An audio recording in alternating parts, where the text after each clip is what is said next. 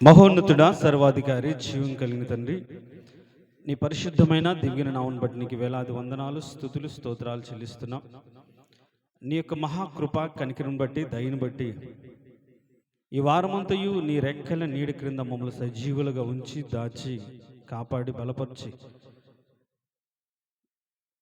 నీ యొక్క పాద సన్నిధిలో చేరి విజ్ఞాపన చేటుకు, ప్రార్థించుటకు మీరు ఇచ్చినటువంటి ఈ శ్రేష్టమైన సమయాన్ని బట్టి నీకు వేలాది వందనాలు, స్తుతులు, స్తోత్రాలు.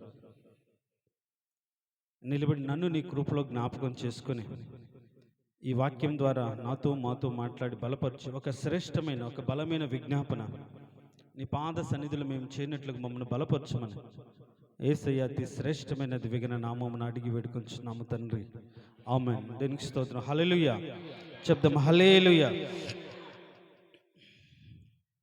మరొకసారి నేను చదువుతాను. మత్తయి సువార్త 15వ అధ్యాయం 28వ వచనం. అందుకు యేసు, అమ్మా, నీ విశ్వాసం గొప్పది, నీవు కోరినట్టే నీకు అవునుగాక అని ఆమెతో చెప్పాను. ఆ గడియలోనే ఆమె కుమార్తె స్వస్థత నొందెను. దేవుని ద్వారా, ప్రభు అయిన యేసు క్రీస్తు ద్వారా మన జీవితాల్లో ఇమ్మీడియట్గా కార్యాలు జరగాలి అని ఆశపడ్డప్పుడు మనం ఎలాంటి విశ్వాసం కలిగి ఉండాలో ఈ అధ్యాయంలో చాలా స్పష్టంగా రాయబడింది. దీనికి స్తోత్రం. హల్లెలూయా చెప్దాం. హల్లెలూయా. మనందరికి విశ్వాసం ఉంటుంది. విశ్వాసం ఉంది కాబట్టి దేవుని దగ్గరికి వచ్చాం. విశ్వాసం ఉంది కాబట్టి దేవుని సన్నిధిలో ప్రార్థన చేస్తున్నాం. కానీ దేవుని ద్వారా వెంటనే క్రియ చేయించగలిగినటువంటి, క్రియ జరిగించగలిగినటువంటి, ఒక అద్భుతం పొందుకోదగినటువంటి విశ్వాసం మన జీవితాల్లో ఉండాలి. మనకు మనమే వాక్యం తెలిసినట్లుగా కొన్ని విషయాలు పోస్ట్ పోన్ చేసుకుని దేవుని చిత్తమండి, దేవుని ఉద్దేశం అండి అని కనిపెట్టకుండా, ప్రార్థించకుండా, దేవుని అడగకుండా, దేవుని దగ్గర నుంచి ఒక స్పష్టమైన జవాబు పొందుకోకుండా మనమే నిర్ణయించుకుంటాం. మనకు అది ఒక వంక. మనకు దొరకకపోతే, మనకు కాకపోతే, మనకు జరగకపోతే ఏమంటాం? దేవుని చిత్తం కాదు. దేవుని చెప్పాడా? కాదని. మరి మనం ఎట్లా చెప్తాం? మనం అనుకుంటే కాదు, అనుకోవడం కూడా కాదు. మనం తప్పించుకోవడానికి అది ఒక సాకుగా కాదు. దేవుని సన్నిధిలో మన విశ్వాసానికి ఒక స్పష్టమైన జవాబు వస్తుంది. దేవునికి స్తోత్రం. హల్లెలూయా. హల్లెలూయా. ఒక స్పష్టమైన జవాబు మనం పొందుకోవాలి. ఇప్పుడా, రేపా, ఎల్లుండా, ఎప్పుడు అనేది ఒక స్పష్టమైన జవాబు దేవుని దగ్గర పొందుకున్నప్పుడు మనలో ఒక నిరీక్షణ ఉంటుంది, మనకు ఒక బలం ఉంటుంది. ఇప్పుడు దేవుని చిత్తం కాదు అనుకున్న వాళ్ళ జీవితంలో ఒకటి, దేవుని చిత్తం ఏంటి అని ఎరిగి బ్రతుకుతారా? కాదు. తెలుసుకోవడానికి ప్రయత్నిస్తారా? ఉండదు. కాదని ఎలా చెప్పారు? వీళ్ళకి కాలేదు కాబట్ట, జరగలేదు కాబట్ట, అనుకున్న వెంటనే అవి అవ్వలేదు కాబట్ట, లేకపోతే ప్రార్థన జవాబు రాలేదు కాబట్టి వీరే తీసుకున్న నిర్ణయమా? చూడండి, మనము దేవుని యందు భయభక్తులు కలిగి దేవుని దగ్గర మనం ఏదైనా పొందుకోవడానికి అర్హులమే. దేవుని కృపను బట్టి మనం అడిగిన దానికి ఇవ్వడానికి ఆయన సిద్ధంగా ఉన్నాడు. అది జవాబైనా, అర్థమవుతుందా? మనం అడిగిన దానికి ఆయన జవాబు కొన్నిసార్లు ఉంటుంది, ఫలితం కొన్నిసార్లు ఉంటుంది, ప్రతిఫలం కొన్నిసార్లు ఉంటుంది, ఆశీర్వాదం కొన్నిసార్లు ఉంటుంది. ఏదో ఒకటి ఆయన ఇవ్వకుండా ఏమి ఉండడు, ఆయన చెప్పకుండా ఉండడు. అయితే మనకు సహనం లేకుండా, మనము కనిపెట్టలేకుండా, మనము అడగకుండా, మనమే ఎదుటి వారికి ఏమైంది నీ విషయం అంటే చెప్పుకోవడానికి మన దగ్గర జవాబు లేనప్పుడు దేవుని చిత్తం కాదేమో అని అంటారు. ఇప్పుడు వాళ్ళు అడిగి ఎందుకు కాదు అని అడిగితే మన దగ్గర దానికి ఆన్సర్ ఉంటుందా? కాదు. మరి ఏంటి దేవుని చిత్తం అంటే ఆన్సర్ ఉంటుందా? ఏముండదు. కానీ మనం ఏం చెప్తాం సింపుల్గా, దేవుని చిత్తం కాదు. చూడండి, మనం ఏం చెప్తున్నామో దాని గురించి మనకు క్లారిటీ లేదు, కానీ దేవుని చిత్తం విషయంలో మాత్రం మనకు క్లారిటీ అనేది కాదని మనం చెప్తున్నాం. ఏది దేవుని చిత్తమో, ఏది దేవుని చిత్తం కాదో దేవుని ద్వారా పొందుకోకుండానే ఈరోజు మన విశ్వాసాన్ని ప్రకటిస్తూ ఉంటాం, కనపరుస్తూ ఉంటాం. ఈరోజు మరి ఆయన సన్నిధిలో అడిగే విషయంలో, పొందుకునే విషయంలో, ప్రార్థించే విషయంలో ఎన్నోసార్లు మనం చెప్పింటాం కదా, దేవుని చిత్తం కాదేమో అంటే జవాబు పొందుకోకుండా. కానీ మనం కోరుకున్నట్టే, అడిగినట్టే, ఆశపడినట్లుగే పొందుకున్న వాళ్ళు ఉన్నారు, దేవుని ద్వారా అలా జరిగించుకున్న వాళ్ళు ఉన్నారు. ఏంటంట, దేవుని ద్వారా వారు కోరుకున్నట్లుగా దేవుడు చేశాడు. వారు కోరుకున్నట్టుగా, వాళ్ళు ఆశపడ్డట్టుగా దేవుడు జరిగించాడు. యాక్షన్ ఇమ్మీడియట్గా దేవుడు వారి జీవిత కార్యం జరిగించాడు. మరి ఎలా సాధ్యమైంది అలా? మళ్ళీ అలాంటి విశ్వాసాన్ని ఏమని దేవుడు చెప్పాడు? ఆ విశ్వాసపు స్థితి, ఆ స్థాయి మన బ్రతుకులో మనం సంపాదించుకున్నామా? మరి ఏ విధంగా ఆమె జీవితంలో సమస్యను పోగొట్టుకుంది, సమస్యను పరిష్కరించుకుంది అనే విషయాన్ని కొన్ని మాటలు కానీ మనం ధ్యానం చేయగలిగితే, మనం ఈ మత్తయి సువార్త 15వ అధ్యాయం 21 నుంచి 28 వచనాల్లో ఉన్నటువంటి ఈ కంటెంట్ అంతా మనం చదివితే, నేను 21 నుంచి 1 by 1 కొన్ని మాటలు చదువుకుంటూ వెళ్తాను. చూడండి, యేసు అక్కడి నుండి బయలుదేరి తూరు సీదోనుల ప్రాంతం వెళ్ళగా, ఇదిగో ఆ ప్రాంతముల నుండి కనాను స్త్రీ ఒకటి వచ్చి, ప్రభువా, దావీదు కుమారుడా, నన్ను కరుణింపుము, నా కుమార్తె దయ్యము పట్టి బహుబాధపడుచున్నదని కేకలు వేసెను అనేది ఇంతవరకు మనం చదువుదాం. ఇప్పుడు ఆయన ఒక అన్య ప్రాంతంలోకి వెళ్ళాడు. కనాను వాస్తవానికి శపించబడిన ప్రాంతం. అక్కడ నుండి ఒక స్త్రీ వచ్చింది. ఇప్పుడు అక్కడి నుంచి యేసు ప్రభు దగ్గరికి రావడానికి గల కారణం ఏంటంటే, బైబిల్లో ఏమని చెప్తుందంటే, ఆయన ఎద్దుకు వచ్చేవాడు, ఆయన ఉన్నాడనియో, వెతుకు వారికి ఫలం దయచేయగలవాడని నమ్మవలని కదా అని ఉంటుంది. మన బ్రతుకులో నమ్మకం లేకుండా ఎవరు రారు. నమ్మకం ఉంది కాబట్టే దేవుని దగ్గరికి వచ్చి, నమ్మకం ఉంది కాబట్టే ప్రార్థన చేస్తున్నాం. అయితే ఆ నమ్మకాన్ని బట్టి దేవుడు క్రియ జరిగించగలిగినటువంటి ఒక స్థాయిని మనం కలిగిన నమ్మకాన్ని బట్టి దేవుడు చూడాలి. అది నా ఆశ. నీ కలిగిన నమ్మకం, నువ్వు దేవుని దగ్గరికి వచ్చావు, దేవుని దగ్గర ప్రార్థించడానికే వచ్చావు. అయితే నీ కలిగిన విశ్వాసాన్ని బట్టి దేవుడు క్రియ చేయగలుగుతున్నాడా, జవాబు ఇవ్వగలుగుతున్నాడా? దాని ఆ జవాబు ఇచ్చే విషయంలో నువ్వు ఏ విధంగా నమ్మకాన్ని నిలబెట్టుకొని, కాపాడుకొని ఆయన దగ్గర నువ్వు వేచి ఉన్నావో అది ప్రాముఖ్యం. అది మనం గుర్తించాలి. ఇప్పుడు ఈ మొట్టమొదటిగా ఈ కనాను స్త్రీ విశ్వాసం కలది. దేవునికి స్తోత్రం, హల్లెలూయా. ఇప్పుడు ఆమెలో ఉన్నటువంటి కొన్ని లక్షణాలు కానీ మనం గమనించగలిగితే, ఒకటి విశ్వాసం కలది. ఎట్లా చెప్తున్నాం అని ఎద్దుకు వచ్చింది కదా,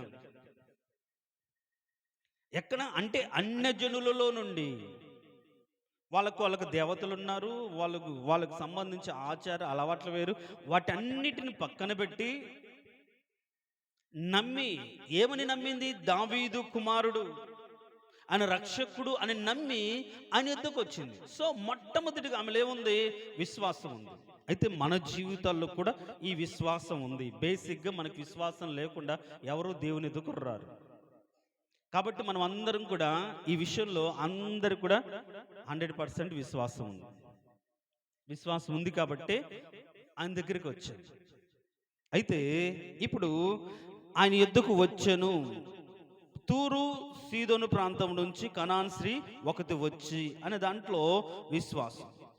రెండవది, ఆ విశ్వాసంలో ఆయన ఏమై ఉన్నాడో ఎరిగి రావడం అనేది మన విశ్వాసం ప్రాముఖ్యంగా. అంటే మనం నమ్మిన దేవుడు ఏమై ఉన్నాడో ఎరగకుండా మనం రాకూడదు. ఒకవేళ మీకు ఏదైనా జబ్బు చేసింది, ఎస్పెషల్గా ఏదైనా ఇప్పుడు షుగర్ కాదు కానీ ఏదైనా హార్ట్ ప్రాబ్లం వచ్చింది అనుకోండి, హార్ట్ ప్రాబ్లం వచ్చిందని డెంటిస్ట్ దగ్గరికి వెళ్తే ఆయన చెప్పగలుగుతాడా? ఆ ప్రాబ్లం ఎవరు ఫైండ్ అవుట్ చేసి గుర్తించి దానికి రెమెడీ లేక సొల్యూషన్ ఇవ్వగలిగిన వారి దగ్గరికి వెళ్ళాలి. అంటే ఆయన ఏమై ఉన్నాడో ఎరిగినప్పుడు మనం వెళ్ళగలుగుతాం. అది నా పాయింట్. ఇప్పుడు ఈమె విశ్వాసం గలది. ఆయన ఆయన ఏమై ఉన్నాడు, ఈ లోకానికి ఏ విధంగా వచ్చాడు, ఏ విధంగా ఆయన గణపరచబడుతున్నాడు అని ఒక నమ్మకం ఆమె బ్రతుకులో ఉండి, దావీదు కుమారుడా అనే విశ్వాసం అనేకుల జీవితాన్ని అప్పటికి బాగు చేసి విడిపించి నడిపించి కరుణ చూపిస్తూ వారి జీవితాలను బాగు చేస్తున్నవాడు అని గుర్తించి, ఈయన తప్ప ఇంకా నా స్వజనులు కావచ్చు, నేను పూజిస్తున్న దేవతలు కావచ్చు, బొమ్మలు కావచ్చు, ఇవేవి కూడా నా బ్రతుకులు బాగు చేయలేవు అని ఎరిగి వాటిని పక్కన పెట్టి ఈయనే నిజమైన దేవుడు అని నమ్మి ఆయన దగ్గరికి వచ్చింది. దాన్ని విశ్వాసం అంటారు. రెండవది, ఈ విశ్వాసం ఇప్పుడు ఆయన ఎదుకు రావడానికి గల కారణం ఏంటి అంటే చూడండి, ఆ 22 వచనాన్ని మనం చదివితే, కరుణించుము, నా కుమార్తె దయ్యము పట్టి బహుబాధపడుచున్నదని కేకలు వేసింది. దేవునికి స్తోత్రం, హల్లెలూయా. రెండవదిగా నేనంటాను, ఆ కుటుంబంలో సమస్య ఉంది. అది వాళ్ళు కొని తెచ్చుకున్నది కాదు. ఏం పట్టింది? దయ్యం పట్టింది అని చెప్తుంది. దయ్యం పట్టింది. ఈ దయ్యం పట్టిన దానిని బట్టి తన కుమార్తె ఏం కలిగి ఉంది? బహుబాధపడుతుంది అని చెప్తుంది. అంటే ఈ తల్లి యొక్క మనసు కుమార్తెకు పట్టినటువంటి జబ్బు కావచ్చు, సమస్య కావచ్చు, ఇబ్బంది కావచ్చు, దయ్యాన్ని బట్టి ఆమె ఎంత బాధపడుతుందో, ఎంత వేదన పడుతుందో, ఎట్ ద సేమ్ టైం ఆ స్థితి నుంచి నేను ఒక తల్లిగా నేను ఏం చేయలేకపోతున్నానే, విడిపించలేకపోతున్నానే, ఆమె బ్రతుకును బాగు చేయలేకపోతున్నానని, ఏ విధంగా నేను ఆ కూతురు బాగు చేసుకోవాలని ఒకవేళ ఎన్నో తిప్పలు పడి ఉండొచ్చు. దీన్ని బట్టి మనకి ఏమర్థం అవుతుందంటే, కుటుంబం పట్ల ప్రేమ, కుమార్తె పట్ల ప్రేమ, ఏ విధంగానైనా సరే ఆ కుటుంబం ఉన్న సమస్యను, బాధను విడిపించాలి అనే తృష్ణ ఆమెలో కనిపిస్తుంది. మనకు కూడా మన పిల్లలు అంటే ప్రేమ, వాళ్ళు బాగుండాలని కోరుకుంటాం. వాళ్ళకి ఏదైనా చిన్న సమస్య వచ్చిన, బాధ వచ్చినా దుఃఖపడతాం, వేదన పడతాం. కానీ ఎవరు బాగు చేస్తారో, ఎవరి వలన బాగవుతుందో, ఎవరు ఆ కార్యాన్ని జరిగిస్తారో వారి దగ్గరికి రాము. అది మనల్లో మనం బాధపడతాం, మనల్ని మనం ఏడుస్తారు, పిల్లల కోసం కన్నీరు కారుస్తారు, బాధపడతారు. కానీ ఎవరి దగ్గరికి వెళ్తే, మన పిల్లల గురించి వస్తే మనకు తెలిసిన వాళ్ళను కొందరు వచ్చి నాకు అప్పచెప్తుంటారు. ఇదివరకు నేను చెప్పాను, అయ్యా మా వాడు అక్కడయ్యా, ఇట్లాంటి వాడు, అట్లాంటి వాడు, కాస్త గమనించండి, కాస్త కనిపెట్టండి. ఎంతసేపు కనిపెడతాం పిల్లలు? చిన్నపిల్లల కాదు కదా, టీనేజర్స్ 18 ఏళ్ళు 19 ఏళ్ళు వస్తే ఇప్పుడున్న జనరేషన్లో ఎవరు మాట వింటారు? ఎవరి ఆలోచనలు ఏమున్నాయి? ఎవరు హృదయంలో ఎలాంటి ఉంది? అందరి పైకి మంచిగానే కనిపిస్తారు, ఎంత మంచిగా రెస్పెక్ట్ ఇస్తారో, కానీ వాళ్ళ ఆలోచనలు వేరుగా ఉంటాయి, తలంపులు వేరుగా ఉంటాయి. బయటికి వెళ్ళిన తర్వాత వాళ్ళ యొక్క వేషాలు వేరుగా ఉంటాయి. ఎవరిని ఏం చేయగలుగుతావు? ఎవరిని మనం కాపాడగలుగుతావు? ఎవడు ఎక్కడ తిరుగుతున్నా, ఏం ఆలోచిస్తున్నా మనం ఫైండ్ అవుట్ చేయగలుగుతాం? లేదు కదా. కానీ ఈ తల్లి ప్రేమ మాత్రం పట్టిన దయ్యం పోవాలి అంటే ఆయన యేసుక్రీస్తు వలననే అవుతుంది అనుకుని ఆయన దగ్గరికి వచ్చింది. దేవునికి స్తోత్రం, హల్లెలూయా. శబ్దం ప్రజలాడు, హల్లెలూయా. విశ్వాసం కలది మొట్టమొదటిగా. రెండవది, కుటుంబం పట్ల ఒక ప్రేమ కలది. ఈ కనాను స్త్రీ కుటుంబం పట్ల ఒక ప్రేమ, బాధ్యత ఉన్నప్పుడే ప్రేమ వస్తుందండి. జనరల్గా ఆ బాధ్యత మనం మర్చిపోయామనుకోండి, ప్రేమ కూడా చచ్చిపోతుంది. ఒక వయసుకు వచ్చిన తర్వాత వాళ్ళకి తెలుసులే అని మనము వాళ్ళ పట్ల ఉన్న బాధ్యతను విస్మరిస్తాం. ఇంకా చిన్నపిల్లవాడా అని మనకు మనమే మన వల్ల కాదనుకుని వాళ్ళని పక్కన పెట్టేస్తాం. నేనంటాను, నిజంగా ప్రేమ కలిగిన వాళ్ళైతే వాళ్ళ జీవితాన్ని ఏం చేయాలి? బాగు చేయాలి. బాగుపడేంత వరకు ఏదో ఒక ప్రయత్నం చేయాలి. ఆ ప్రయత్నంలో నమ్మకంగా విడిపించగలిగినటువంటి యేసు దగ్గరికి రావడం. ఇప్పుడు ఈమె కూడా ఆ ఆ కుమార్తెకు పట్టిన దయ్యాన్ని విడిపించడానికి అంతకుముందు ఎక్కడెక్కడో తిరిగిందో, కానీ అదే ప్రాంతానికి ఆమె వచ్చినప్పుడు వెతుక్కుంటూ వచ్చి కేకలేస్తుంది, కరుణించని అడుగుతుంది. ఎవరి కోసం ఈ కరుణించమని అడిగింది? తన కోసమా? తనలో ఉన్న అనారోగ్యమా? కాదు. తన కడుపున పుట్టినటువంటి కూతురు కోసం, తన కంట కనిపిస్తున్నటువంటి, ఎదురుగా చూస్తున్నటువంటి ఆ కూతురు చూస్తుండగానే, అరే ఇలాంటి సమస్యలు చిక్కుపడిపోయింది, ఇలాంటి ఆలోచనతో చిక్కుపడిపోయింది, ఇలాంటి సహవాసంలో ముడిపడిపోయింది, ఎప్పుడు మారుతుంది, ఎప్పుడు దీనికి విడుదల పొందుతుంది, ఒక వేదన ఆమెకుండి ఎట్లయినా సరే నా కూతురు, నా కొడుకును, నా కుటుంబాన్ని నేను బాగు చేసుకోవాలి, ఆ స్థితి నుంచి విడిపించాలి. ఆమెకు వాళ్ళకి పట్టిన, ఈ రోజుల్లో పట్టినట్టు దయ్యాలు, రకరకాలైన దయ్యాలు, వాటిని విడిపించాలి అని ఆ పట్టిన దాన్ని బట్టి వాళ్ళ మనసు స్థిరంగా లేకుండా అటు ఇటు తిరుగుతూ ఉండి, సరిగ్గా తినకుండా, గమనించకుండా, ఒకవేళ కెరీర్ గురించి ఆలోచన ఉండొచ్చు, కెరీర్ గురించి వాళ్ళకు ఒక బాధ ఉండొచ్చు, దాన్ని బట్టి వాళ్ళు రకరకాల ప్రయత్నాలు చేస్తుండవచ్చు. సో ఏదైనా వాళ్ళు చూస్తున్నప్పుడు మన హృదయంలో ఒక బాధన, వేదన, ఏదైనా నేను చేతైతే వాళ్ళు ఆ సమస్యను తీరుస్తే బాగుండు అనే తలంపు మన బ్రతుకులు ఉండినప్పుడు, అది తప్పించగలిగిన వాడు ఎవరు అంటే ప్రభు అయిన యేసుక్రీస్తు. దేవునికి స్తోత్రం. హల్లెలూయా చెప్దాం. Praise Lord. హల్లెలూయా. ఇప్పుడు రెండవదిగా ఈ కనాను స్త్రీకి తన కుటుంబం పట్ల ఏముంది? ప్రేమ.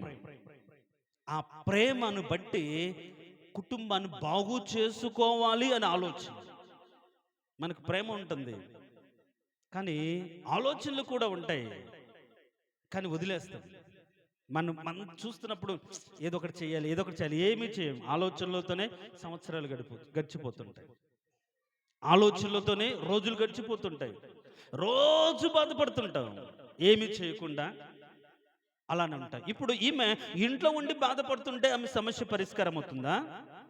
లేదు. ఎక్కడికి వచ్చింది?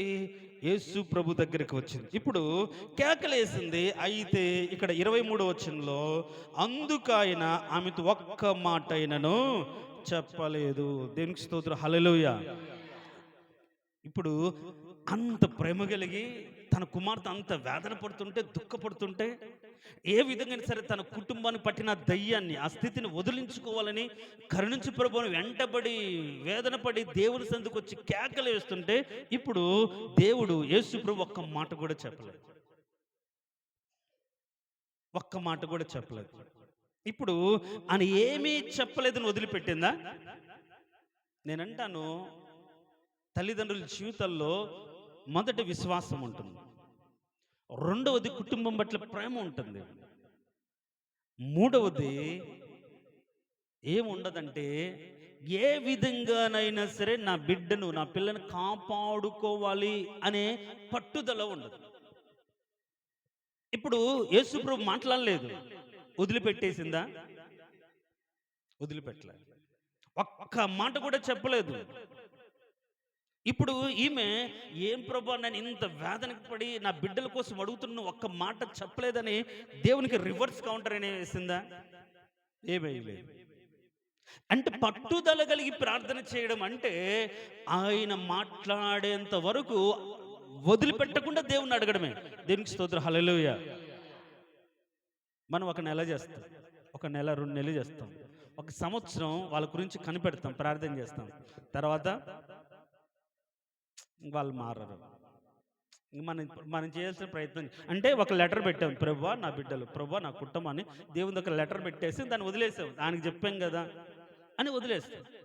ఒకవేళ దేవుడు నీ కుటుంబం పట్ల అంత భారం ఉంది, అంత ప్రేమ ఉంది, అంత ఆశ ఉంది అనుకున్నప్పుడు, ఆ భారం ప్రేమ ఎంతవరకు నువ్వు చూపించగలుగుతున్నావు అని ఒకవేళ కాస్త లేట్ చేశాడు అనుకోండి, లేట్ చేస్తున్నాడే అనుకోండి, ఇప్పుడు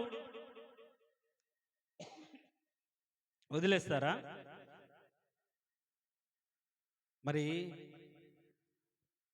కనిపెట్టి ఆయన మాట్లాడేంత వరకు మళ్ళీ అడగాలి కదా. ఇప్పుడు మూడవది, ఆమె దేవుని సన్నిధిలో పట్టుదల కలిగి దేవుణ్ణి అడుగుతుంది. మూడో పాయింట్ ఏంటంటే పట్టుదల కలిగింది. పట్టు విడిచిపోలేదు.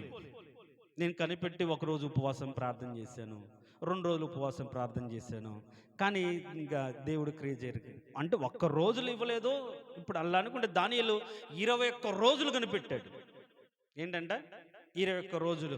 వాస్తవానికి దానియేలు దగ్గరికి మొదటి రోజే దేవుడు మిఖాయేలుని పంపించాడు, గాబ్రియేలుని పంపించాడు, నువ్వు చెప్పు అని. కానీ ఆ చెప్పబడిన ఇన్ఫర్మేషన్ ఈయన దగ్గరికి రావడానికి 21 రోజులు పట్టింది. మధ్యలో ఏంటి, సాతాను ఏం చేశాడు, ఆ ఇన్ఫర్మేషన్ అందకుండా రకరకాల ప్రయత్నాలు చేస్తుంటే ఈ గాబ్రియేలుతో కూడా కాకపోతే మళ్ళీ మిఖాయేలు వచ్చి హెల్ప్ చేశాడని చెప్తుంది. అందుకని నేను దేవుని సన్నిధిలో నిలిచి గాబ్రియేలును కానీ నువ్వు ప్రార్థించి మొదలుపెట్టిన మొదటి రోజే నేను పంపబడ్డాను, కానీ సాతాను అడ్డుపడ్డాడు.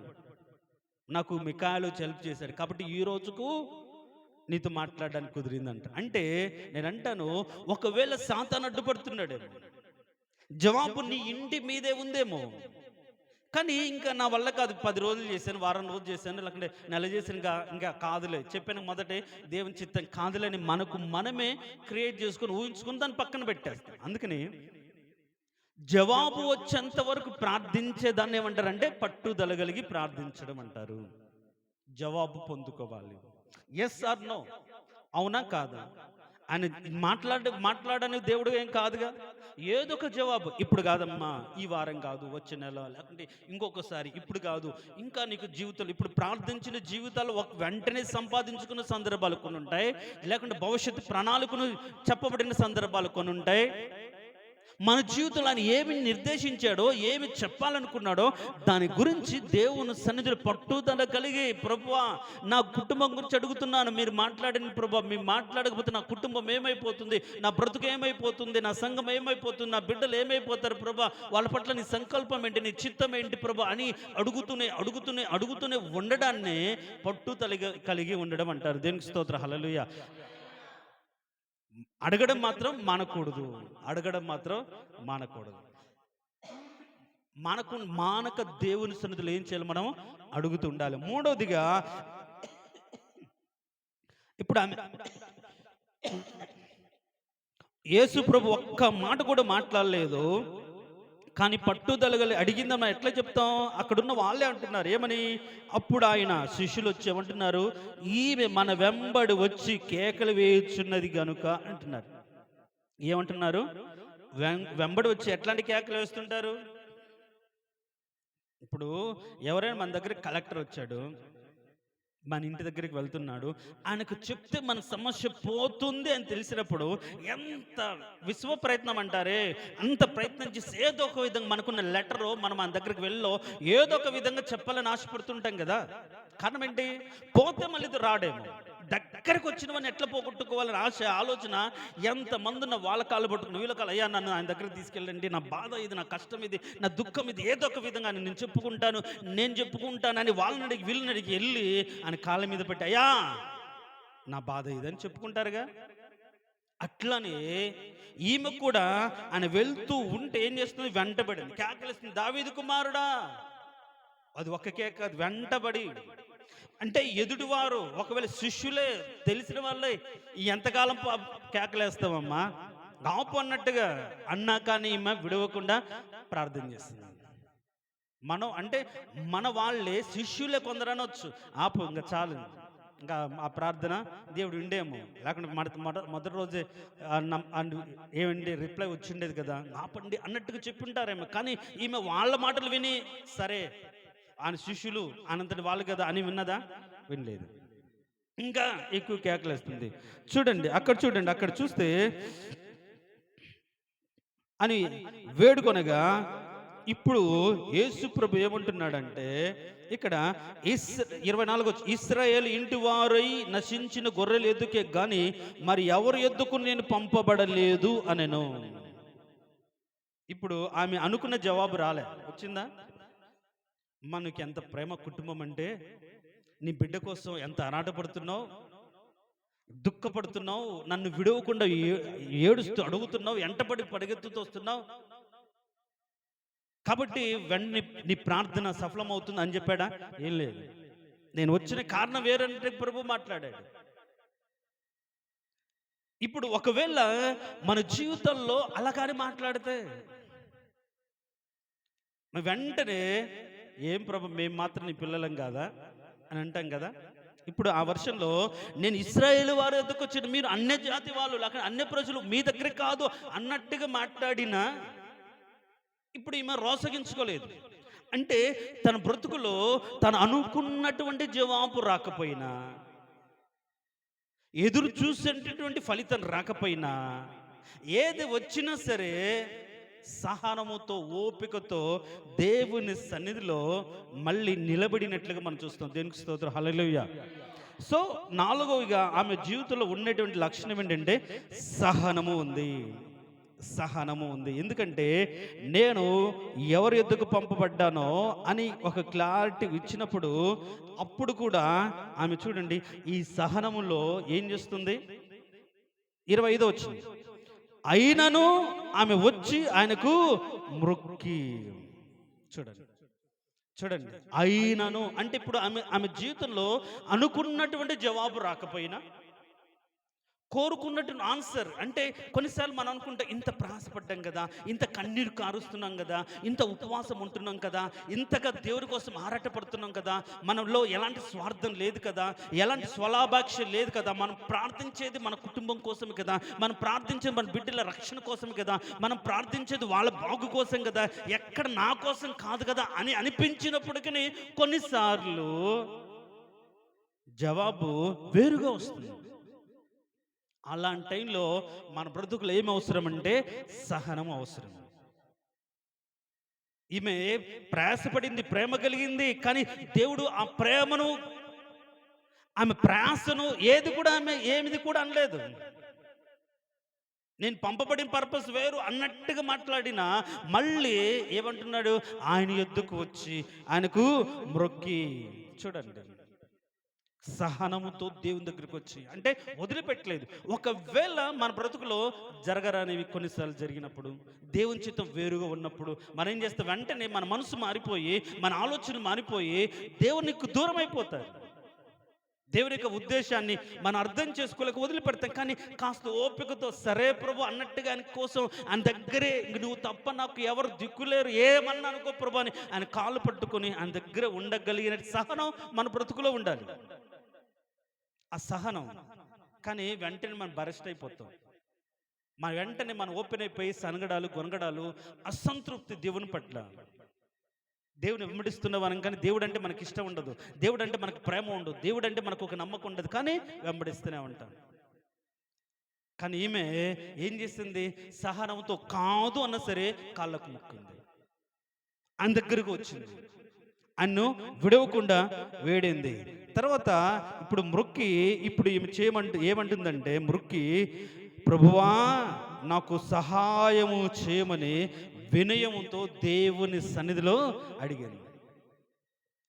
జవాబు వేరేగా వచ్చినా సరే దేవుడి పక్షాన ఎలాంటి చిరాకు, ఎలాంటి సనుగుడు, ఎలాంటిది లేకుండా నీవే నాకు సహాయం చేయండి ప్రభు అన్నట్టుగా ఆమె అడిగింది. ఇవన్నీ కొన్ని ఆమెకి క్యారెక్టరైజేషన్ మనం చూస్తున్నామండి. ఇది మన రియల్ లైఫ్లో అప్లై చేసుకుంటే మన జీవితంలో సహనం కొన్నిసార్లు ఉండదు, కొన్నిసార్లు వ్యతిరేకమైన రిప్లై వస్తే సహనంతో ఆయన సన్నిధి కనిపెట్టం, విధేయత మనం చూపం, అడగము. కానీ ఈమె ఏం చేసిందంటే వినయంతో మ్రొక్కి, కాదన్నా సరే ప్రభువా నీవే నాకు సహాయము చెయ్యి. నేనేమన్నాడు, నేను ఇశ్రాయేలు వారి ఇంటికి దగ్గరికి పంపబడ్డాను, మీ దగ్గర కాదు అన్నా సరే, అయ్యా సరే ప్రభువా నువ్వేమన్నా అనుకో, నా బాధ ఇదని దేవుని సన్నిధిలో ఆమె కన్నీరు కార్చినట్టుగా, అంటే దేవుని సన్నిధిలో వినయంతో వేడుకున్నట్టుగా మనం చూస్తాం. ఇప్పుడు ఆయన ఏమంటాడంటే, ఆయన దగ్గర ఉన్నటువంటి అంటే వినయంతో దేవుని దగ్గరికి వస్తే ఇప్పుడు 26వ వచనంలో ఏమంటాడంటే, అందుకు ఆయన పిల్లల రొట్టె తీసుకొని కుక్క పిల్లలకు వేయుట యుక్తం కాదని చెప్పగా.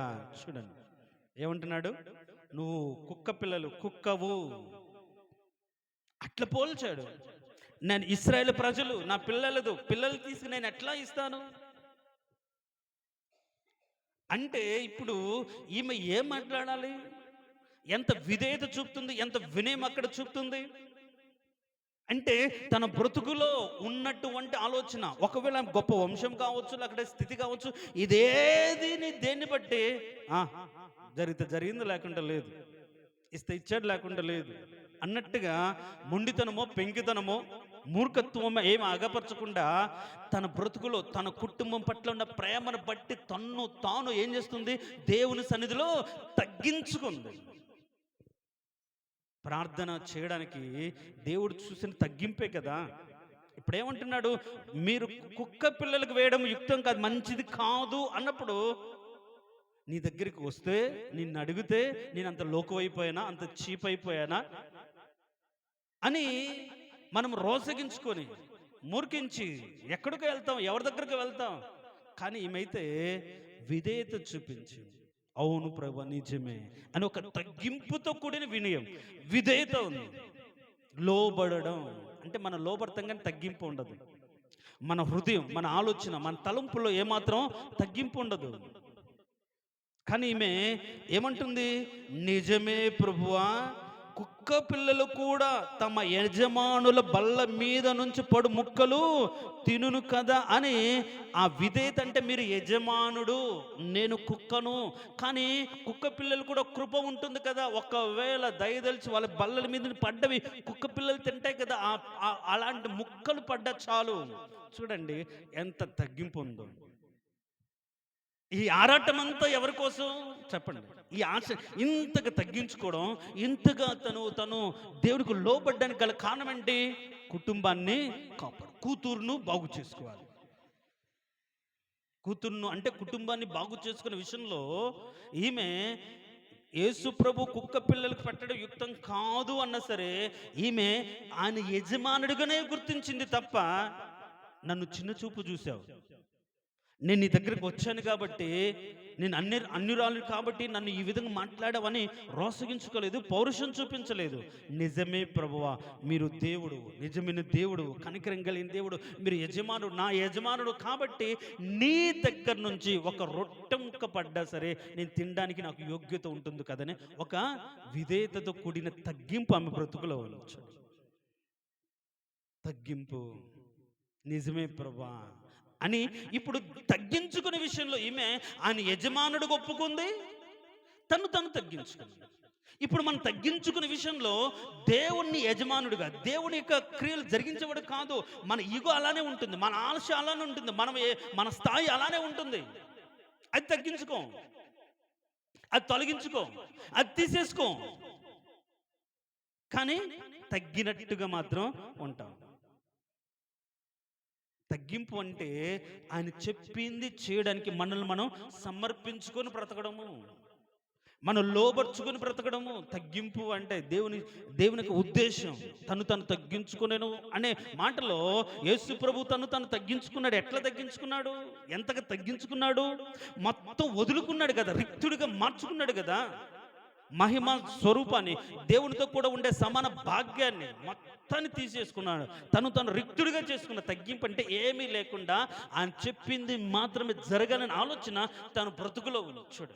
అంటే తన ఆశ ఆలోచన ఒకటి ఉండినా, తన కుటుంబం బాగుపడాలని కోరిక తన బ్రతుకులో ఉండినా, ఏ విధంగా సరే ఆయన దగ్గరికి వెళ్ళి అడిగితే ఇస్తాడని ఆశ ఉండినా, అలా ఆయన అడుగుతున్నప్పటికీ ఆయన ఒప్పుకోకపోయినా, వెంటబడి అడుగుతున్నా రిప్లై వేరుగా వచ్చినా, ఆయన జవాబు ఇంకొక విధంగా వచ్చినా, ఆమె మాత్రం నువ్వు యజమానుడివి, నేను నీ దాసురాలను, నీ దగ్గర నుంచి ఏదైనా పొందుకోవడానికి, పడిందాన్ని తినడానికి మాత్రం నాకు యోగ్యత ఉంది కదా ప్రభు అని మాత్రం ఆ తగ్గింపు ఉంది. చూడండి, మరి మన జీవితంలో ఆయన యజమానుడికి ఒప్పుకుంటాం కానీ మన ఇష్టమే జరగాలి. అది మనకు దేవునికి ఎక్కడ బెడిసి కొడుతుందంటే, దేవుడిని ఒప్పుకుంటాం కానీ ఆయన చిత్తం కాదు, ఆయన ఇష్టం కాదు, మన ఇష్టమే జరగాలి, మనం కోరుకున్నట్లుగా అవ్వాలి. నేను అంటాను, నిన్ను పూర్తిగా సమర్పించుకొని, ప్రభువా నేను నీ బిడ్డను, నీ చిత్తం, నువ్వు ఎలా నడిపిస్తే అలా నడుస్తాను, నువ్వు ఏం చేయమంటే నడుస్తానని మనం సర్వస్వాన్ని దేవుడికి అప్పచెప్పుకొని యథార్థంగా దేవునికి లోబడితే మన ఇష్టాన్ని ఆయన ఖచ్చితంగా నెరవేరుస్తాడు. దేవునికి స్తోత్రం, హల్లెలూయా.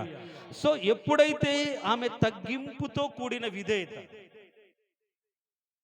తగ్గింపుతో కూడిన విధేయత దేవుని ఎదుట కనపరిచిందో, ఒప్పుకొని లోబడిందో, అంటే ఇప్పుడంటే తన ఆశ తన కుటుంబం బాగుపడాలి. దేవుని దగ్గర నుంచి జవాబు సరిగా రాకపోయినా వచ్చిన జవాబు తనను కించపరిచేదిగా ఉండిన, అంటే మొదట్లోనేమో మీరు అన్యురాలు అన్నట్టుగా ఉంది, రెండవది ఏమో నువ్వు కుక్క పిల్లలు అన్నట్టుగా ఉంది. కానీ ఆ రిలేషన్షిప్ను ఆమె గౌరవించి, ప్రభు నువ్వు యజమానుడవు, నేను నీ దాసురాలను, నీ దాసుడను, నువ్వు చెప్పిందే జరగాలి, నువ్వు వదిలేసింది ఏదైనా ఉంటే దాన్ని తిని బ్రతికే కృప పిల్లలకు, దాసులకు ఉంటుంది కదా. ఆ పిల్లలు ఆ రొట్టె ముక్కలు ఉన్నా చాలు అన్నట్టుగా దేవునికి తను తాను ఎప్పుడైతే లోబర్చుకొని ప్రార్థన చేసిందో, ఎదురు చూసిందో, ఇప్పుడు ఆమె జీవితంలో విజయం వచ్చింది. దేవునికి స్తోత్రం. హల్లెలూయా శబ్దం ప్రెసిడెంట్. హల్లెలూయా. విశ్వాసం అంటే అడగగానే పొందుకోవడం కాదు, అడిగినవన్నీ పొందుకోవడం కాదు. అలా పొందుకోవడానికి దేవుడు కృప చూపిస్తాడు, కానీ మన జీవితంలో కొన్ని లక్షణాలను ఆయన ఎక్స్పెక్ట్ చేస్తున్నాడు, ఎదురు చూస్తున్నాడు. సో ఇప్పుడు ఈమె జీవితంలో ఫస్ట్ ఏముంది? విశ్వాసం. రెండవదిగా పిల్లల పట్ల ప్రేమ ఉంది. మూడవదిగా పట్టుదల ఉంది. నాలుగవదిగా సహనం ఉంది. ఐదవదిగా వినయం ఉంది. ఆరవదిగా విధేయత ఉంది. ఏడవదిగా వాటన్నిటిని బట్టి ఏమొచ్చింది? వీటన్నిటిని బట్టి విజయం వచ్చింది. అప్పుడు ఏమంటున్నాడు? అమ్మా, నీ విశ్వాసం గొప్పది. దేవునికి స్తోత్రం. హల్లెలూయా. ఏ విశ్వాసం గొప్పది? చెప్పండి, ఏ విశ్వాసం గొప్పది? తను తగ్గించుకునే విశ్వాసం గొప్పది. యజమానుడు అంగీకరించి తను లోపరుచుకునే విశ్వాసం గొప్పది. మనం యజమానుడు ఒప్పుకుంటాం, కానీ మన ఆశలు, ఆలోచనలు వదులుకోకుండా, మనకున్న ఈగోను వదిలిపెట్టకుండా, అనిచిత్తం జరగకుండా మన ఇష్టం జరగాలని ప్రభువా తండ్రి అడగడం కాదు. అది తగ్గింపు అసలు కానే కాదు. తగ్గింపు అంటే దేవునికి సర్వస్వం దారపోసి నిశ్చిత్తం అని ఒప్పుకోవడం, అని ఎలా నడిపిస్తే దాన్ని లోబడి బ్రతకడం. ఎప్పుడైతే ఆమె లోబడి ఒప్పుకుందో అప్పుడు ఆ విశ్వాసాన్ని బట్టి నేను కాదన్నా వెంటబడ్డావు, నీ పట్టుదల, నీ సహనము, లేకుంటే నీ యొక్క విధేయత, వీటన్నిటిని బట్టి ఆ విశ్వాసాన్ని ఆయన ఏమంటున్నాడు? నీ విశ్వాసము గొప్పది. తగ్గింపు విశ్వాసం, పట్టుదల కలిగి ప్రార్థించే విశ్వాసం, సహనంతో కనిపెట్టి ఎదురు చూసే విశ్వాసం, కుటుంబం పట్ల ప్రేమ కలిగి వాటి కోసమే ప్రార్థించే విశ్వాసం, సుఖభోగాల కోసం కాకుండా ఒక అవసరత తీరడానికి మాత్రమే పట్టుదల కలిగి ప్రార్థన చేయడం. అనవసరమైన వాటి కోసం కాదు. మన అవసరత, మన కుటుంబంలో అది బేసిక్, అది ప్రాముఖ్యం. ఒకవేళ ఆమెకు ఎన్నెన్నో అవసరాలు ఉండొచ్చు, కానీ మొదటి ప్రాముఖ్యత ఏంటి? తన కుటుంబం బాగుపడాలి, కూతురు బాగుపడాలి, దాని గురించి మాత్రమే అడిగింది. కాబట్టి అలా మనకి ఏది ప్రాముఖ్యమో, ఏది అవసరమో అది ఖచ్చితంగా తీరాలి అనుకున్నప్పుడు దేవుని సన్నిధికి వచ్చి పట్టుదల కలిగి సహనముతో విధేయత చూపి మనం ప్రార్థిస్తే అలాంటి ప్రార్థన కలిగినట్టు వారి యొక్క విశ్వాసము గొప్పది. మరి ఈరోజు ఆమె విశ్వాసాన్ని మన జీవితంలో, మనకు కుటుంబాలు ఉన్నాయి, అలాంటి మనకు ప్రేమ, కానీ విడవకుండా దేవుని సన్నిధిలో అడగాలి. ఆయన మాత్రం కట్టేవాడు. మన ఆశ అంతా ఏంటి? ఇప్పుడు చూడండి, అంటాడు నీవు కోరినట్టే అగునుగాక అన్నాడా? ఇప్పుడు ఇక్కడ ఆమె కోరిక ఏదైనా నా కుమార్తె బాధపడుతున్నదని కేకలేసింది. బాధపడుతుందా అన్నది, కానీ బాగు చేయని అడిగిందా? ఏం అడగలేదు. బాధపడుతుంది ప్రభు కనికరించండి, వేదన పడుతుందని అడిగింది. ఏం చేసింది? అది ఆ గడియలోనే చూడండి, ఆమె కోరుకున్న ఆ గడియలోనే ఆమె కుమార్తె స్వస్థత పొందింది. చూడండి, తగ్గింపు కలిగి మనం దేవునికి లోబర్చుకొని మన కుటుంబ పట్ల ఉన్న ప్రేమను దేవుని సన్నిధి కలిగి, ప్రభు నా కుటుంబం బాగు చేయ్యా, నువ్వు దర్శించయ్యా అని నీ చేతులకు అప్పచెప్తున్నాను ప్రభు అని అప్పచెప్పుకొని మనం ప్రార్థన చేస్తే మన కుటుంబం ఏ రేంజ్లో ఉండాలో, ఏ స్థాయిలో ఉండాలో, మన బిడ్డలు ఎలా ఉండాలని కోరుకుంటున్నామో ఆ కోరికను దేవుడు ఏం చేస్తాడు? మన హృదయ వాంఛలు తీరుస్తాడు. దేవునికి స్తోత్రం. హల్లెలూయా. ఆ గడియలోనే మన జీవితాలు కొన్ని కార్యాలు జరుగుతాయి. తలలు వంచండి. తలలు వంచిన మనం కనాను స్త్రీలో ఉన్నటువంటి ఈ లక్షణాలు మనలో ఉన్నాయా? విశ్వాసము, కుటుంబం పట్ల ప్రేమ, పట్టుదల, సహనము, వినయము, విధేయత, తర్వాత విజయం. ఇవన్నీ ఉన్నప్పుడే మనకు జీవితంలో విజయం ఉంటుంది. కాబట్టి ఈరోజు నీకు నీ కుటుంబం పట్ల ప్రేమ ఉంది, నీ బిడ్డల పట్ల ప్రేమ ఉంది, సంఘం పట్ల ప్రేమ ఉంది. అడుగు ఈరోజు, ప్రభువా నా స్వార్థం కోసం కాదు, నా బిడ్డలు బాగుపడాలి తండ్రి, వాళ్ళని చేతుల్లో పెడుతున్నాను, నిత్యము నా కుటుంబం నీ సన్నిధిలో ఉండాలి, వాళ్ళ భవిష్యత్తు బాగుండాలి ప్రభువా, వారు రక్షణ పొంది మారు మనసు పొంది నీ సన్నిధిలో నిలకడగా ఉండి అయ్యా ప్రభు యోగ్యకరమైన బ్రతుకును కొనసాగించాలి. అదే కదా నా వేదన తండ్రి, నీ దయ చూపించండి ప్రభువా, నీ కరుణ మా కుటుంబాల మీదకి రానివ్వండి అయ్యా అనే మనలో మనం తగ్గించుకొని మన అహాన్ని, మన యొక్కలో ఉన్న ఇగోలను, మనలో ఉన్న ఆలోచన వదిలిపెట్టి తండ్రి అని అడుగుదాం. దావీదు కుమారుడా యేసయ్యా, మమ్మల్ని దాటిపోవద్దు నాయన, మమ్మల్ని వదిలిపెట్టిపోవద్దు ప్రభువా, నువ్వు వెళ్ళిపోతాం అటు ఎవరు మమ్మల్ని బాగు చేస్తారు తండ్రి? మా సంఘ విశ్వాసుల జీవితాలను నీ కృప చూపించండి అయ్యా. జ్వరాలతో బాధపడుతున్నారు, వేదన పడుతున్నారు, దుఃఖపడుతున్నారు. కొన్ని కుటుంబాలు ప్రభు పాపంలో ఉన్నారు అయ్యా, రక్షణలో లేరు నాయన, మారు మనసు కలుగ చేయండి యేసయ్యా. ఈ కార్యం మా జీవితాల్లో, మా కుటుంబాలు, మా సంఘంలో జరుగునట్లుగా నీ కృప చూపించండి తండ్రి అని వినయంతో తగ్గించుకొని దేవుని సన్నిధిలో మనం ప్రార్థన చేద్దాం. తద్వారా మనం కోరినట్లుగా మన జీవితంలో జరిగించుకొని సంతోషపడదాం. ప్రార్థన చేద్దాం.